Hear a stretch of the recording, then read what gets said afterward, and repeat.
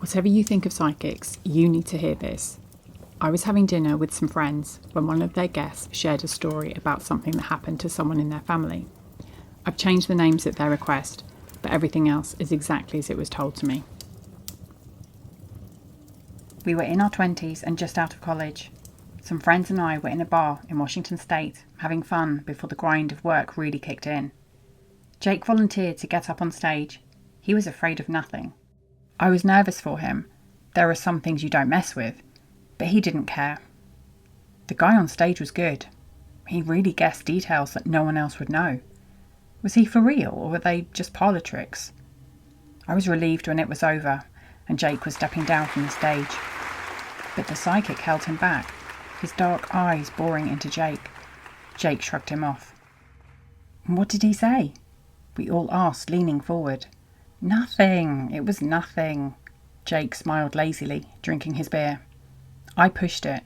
Seriously, what did he say? Jake rolled his eyes. He said, "You'll be dead before you turn 30. We were all shocked. It was nothing. It's just a gimmick. Make people scared and they'll stay for more. Don't take it so seriously. He laughed and carried on drinking. I knew he thought we were gullible and not concerned of my apparent fear. I tried to laugh it off too. So why did it weigh so heavy on me? Over the next few years, I tried to put that warning to the back of my mind. I couldn't forget it entirely. Did Jake really only have a few years left? He continued to live life the way he wanted to, taking risks, almost to test the psychic's prediction. His proposal caught me off guard, and I was so happy I immediately said yes. The engagement was held at his father's country club. It all looked so beautiful. Malcolm rose to give a toast, the stars shining through into the garden room. To Jake and Lisa, a more perfect couple I've yet to meet, he began. Their frat brothers cheered and my friends giggled. I remember when I met Jake. Malcolm coughed and took a swig of champagne. I remember, but now he was choking. I heard gasps as he fell, knocking his plate on the floor as he hit the ground. I rushed over to him, shortly joined by Jake. Had he drunk too much? I could feel Jake's annoyance. Jake! He grabbed at my fiancé's tux. I remember. The psychic Jake, he meant... And then his grip relaxed. He was gone. I was horrified. Jake, what did he mean? But neither of us knew. The suddenness of Malcolm's death, attributed to a spike in his blood pressure and a weak heart, left me feeling very low. I suggested we postpone the wedding. It didn't feel right to go ahead just now. I didn't want to dwell on what the psychic had said, but why would Malcolm mention it as he was dying? But I couldn't let it go. I think it means something more, I said. Why would Malcolm mention him?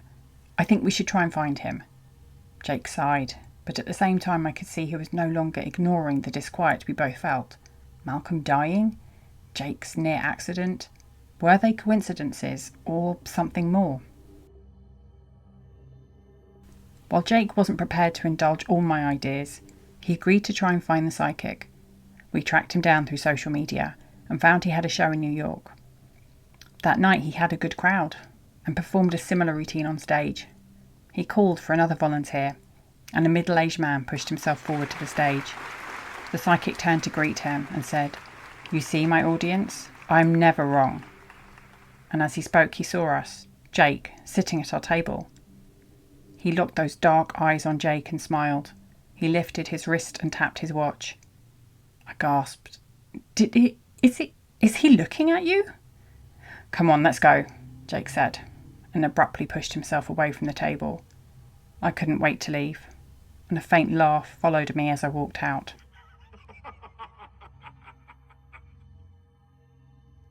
A year later, we were making final preparations for our postponed wedding. I didn't admit it to Jake, but the thought of the psychic bothered me more as the year had gone on. I remembered the look on Malcolm's face, his final words, and the psychic tapping his watch. We were a month out from our wedding. I called Jake for my bachelorette party. I was in good spirits and had been enjoying complimentary Mai Tais, but some of my old anxiety was creeping back into my voice. But I could hear Jake's excitement. He had organised a surprise for me. You're going to love the surprise I arranged for you, he said. Jake, I don't know. I just have this terrible feeling about tomorrow, I said, voicing the growing fear I had. I feel like I should stay close to the hotel, you know? Maybe just have a relaxing swim. He ignored me. You can swim anytime. I've booked something I think you will love. You love nature and, well, it's ziplining. It's ziplining through the forest. You're always saying you want to be more adventurous. This is your chance. You'll love it. Stop being so scared of living. This is perfect. I was very quiet for a moment. I don't know if now's the right time to test my adventurous side. I still keep thinking about Malcolm. That made him irritated, I could tell. He snapped, Lisa, not the psychic again. You have to let this go. This is exactly what he wants, to make you afraid of living. And I paid a lot for this. I gave in, predictably. Okay, you're right. Thank you, Jake. I'll enjoy myself. The next day, Jake woke feeling uneasy. He called Lisa's number after breakfast, but there was no reply. Then his phone lit up. Lisa calling. With relief, he began to speak. Lisa, why didn't you... But the voice on the other end wasn't Lisa. It was Joan, her maid of honour.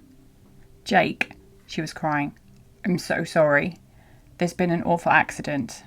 She was laughing. She was so happy. And then we heard a snap and the wire went. Jake, I'm so sorry. She's gone. Jake watched the footage only once. Someone had been filming that day, capturing what should have been a joyful moment. Lisa, young, tanned and beautiful, was sailing through the air. Nervous at first, then happy, travelling along the zip wire. One moment she was laughing, then a sudden snap, and her laughter turned to screams. Her arms and legs flailing, trying to fight gravity, her voice echoing across the ravine. The zip line he booked, the activity he insisted on, you'll love it, he had said. He believed he had sent her to her death. Lisa's mother passed on her journal to Jake. Maybe he would find answers in the pages she'd written.